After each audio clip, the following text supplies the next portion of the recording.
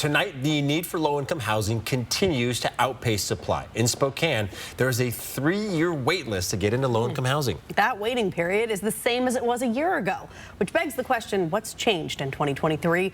Jordan Smith has what's amplifying the housing crisis and if there's any progress being made.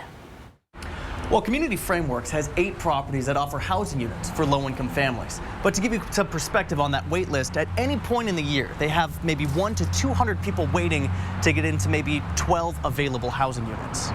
And as affordable housing developers, we can't keep up with the demand. There's not enough funding. Deb Elzinga painted a bleak, realistic picture of affordable housing for low-income families. We showed you the story 1 year ago, where the wait list for low-income housing was 3 years. Today, little progress has been made on cutting down that line. Unfortunately, it has not gotten any better.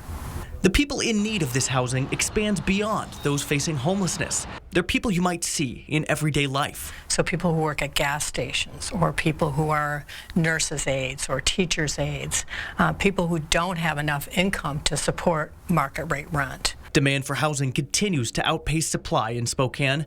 The average 2-bedroom apartment is about $1,300.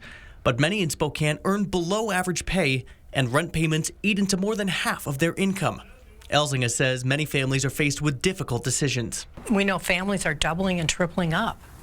So we have, multi-generational families that are living in one house because they can't afford to rent a house on their own, or let alone buy a house.